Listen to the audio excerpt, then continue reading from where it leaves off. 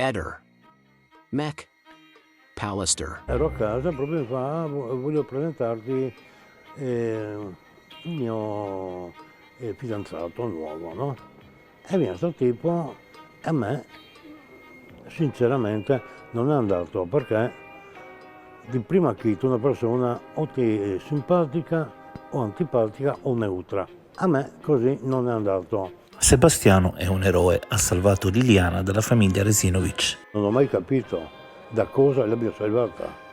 Lei stava bene con noi. Io quello che ho notato invece negli anni, pian piano, che lui ha cercato di allontanarla proprio, di isolarla. L'avrà minacciata verbalmente più volte. Io reputo questo. Vedendo tutti i filmati che lui ha pubblicato dappertutto di come si vedeva Liliana la sera della cena degli amici, che lui la filmava, che lei proprio ha alzato lo sguardo e l'ha fulminato.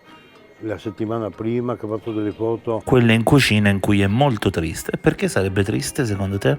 Perché con lui, proprio perché con lui, difatti, allora io premetto che il 5 di novembre Veronica ha fatto un festino di laurea, quella triennale, e c'era anche mia sorella e Sebastiano, più gli amici, amiche di casa, mio cognato. Boh. E Sebastiano ha fatto delle foto, poi era col telefonino, ha iniziato a girare la tavola con il telefonino e riprendeva. Mia moglie si è alzata per passarmi, non mi ricordo, una tartina, qualcosa, e gli è passata davanti. In quel momento che lui non si era accorta, e lui là si è alterato forte, proprio, cosa io devo fare? Ha gettato proprio il telefono contro il muro che era dietro me. E adesso qua, che cazzo fa, no? E là Liliana si era accorta e fa, no, stai calmo, stai tranquillo. È andata là, ha preso il telefono, gliel'ha dato, lui era proprio fuori di lui, no? Dopo si è calmato. Boh. Io ho avuto dei problemi proprio economici perché purtroppo c'è stato il periodo che c'era quella bolla economica che sono saltate quelle banche anche in America e là automaticamente abbiamo avuto meno lavoro e più volte ho chiesto a mia sorella se potesse aiutarmi, mi ha aiutato normalmente, ecco. Alle volte io ho chiesto anche che mi servivano, mi servono 100 euro, 200, che tra l'altro poi rendevo, mica che mi regalava così. Come mai Sebastiano il 14 blocca Claudio? Lui lo conosceva quel numero. Beh, del resto Sebastiano stesso dice che quel giorno aveva letto delle chat su WhatsApp tra Claudio e Liliana, vero? Penso di sì. E io penso che lui abbia avuto un modo di controllare anche le chat di WhatsApp, perché aveva 2 iPad e lui di sicuro avrà messo l'applicazione o l'uno all'altro e così controllava.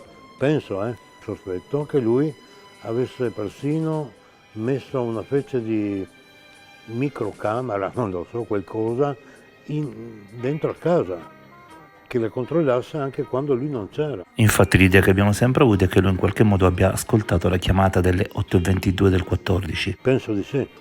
Io penso che lui forse era là, o era là vicino, anche perché le celle telefoniche danno il suo telefono a quell'ora là, in zona. Io ho solo fatto le foto, io più che la borsa io guardavo l'abbigliamento, mi sembra che gli avevo chiesto se si ricordasse cosa aveva, con cosa si era vestita, se un giubbotto corto, di che colore. Lui non mi aveva mai detto che c'era la roba a casa. Lui mi ha detto che lei ha portato via, ha lasciato solo il telefono. Lui ha guardato dappertutto. Ma questa borsa in piedi perché lei le metteva sempre una sopra l'altra in orizzontale, no? E invece questa era in piedi. Come hai conosciuto Claudio? Mi arriva un messaggio di mia cugina Silvia che mi fa, c'è un signore che vuole parlare con te, ha detto che sa qualcosa di Liliana. Io ho chiamato subito, ho detto qua chi sa. E mi fa, buonasera, sono Claudio Serpin, voilà. Si è presentato, abbiamo parlato 20 minuti al telefono, il giorno dopo era sabato, siamo andati a casa sua e siamo stati là 4 ore, ci ha raccontato tutto, abbiamo visto tutto e mi ha raccontato altre cose proprio della famiglia, di mio padre, di mia madre, che Sebastiano non sapeva. E dopo anche della mia famiglia, di mia moglie, di mia figlia, cioè mia sorella aveva una confidenza intima con lui. Allora gli ho creduto, ma io sono stato avanti a sospettare per 6 mesi di lui, anche dopo che ci vedevamo, io ritendevo delle trappole proprio per cercare di capire, no? Io non credevo più a nessuno. Boh.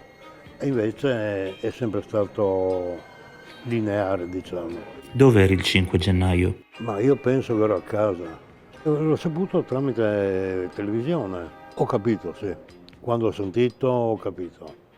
Ho capito perché se lei era veramente sparita, si era nascosta per qualcosa, io sono sicuro che lei avrebbe rotto i monti, non so, per avvisarmi, sì, sono sicuro.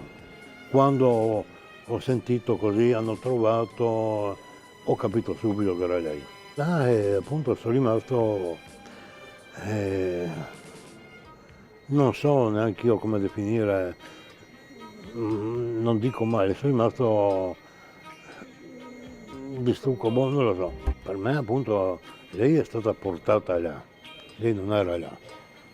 Lei è morta purtroppo causa una lite violenta verbale che dopo avrà ricevuto anche un colpo, un pugno, uno schiaffo, non lo so, se il lato destro, forse anche del sinistro.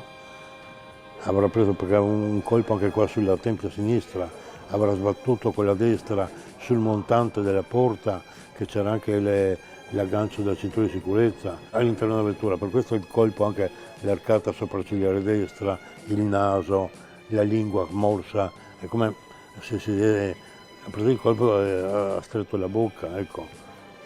Penso che sia successo così. Là è rimasta tramortita, chi era con lei creduta morta o avrà preso paura, non ha chiamato appunto nessuno perché avrà pensato se io chiamo qualcuno mi danno la colpa a me, sono solo, penso. Prima mortis non esiste più neanche, non è quello, perché io quando è stata ritrovata, dopo hanno fatto anche l'attacco, tutto. Sì. Io avevo quella volta chiamato un altro medico che assistesse e mi fa, ho detto ma quando è morta? Secondo me fa, per me è morta il giorno 14, il giorno della scomparsa. Anche perché proprio parlando in termini pratici medici, no? Difatti lei non ha digerito ancora nello stomaco quello che aveva fatto come colazione. Quindi siamo sicurissimi, niente suicidio.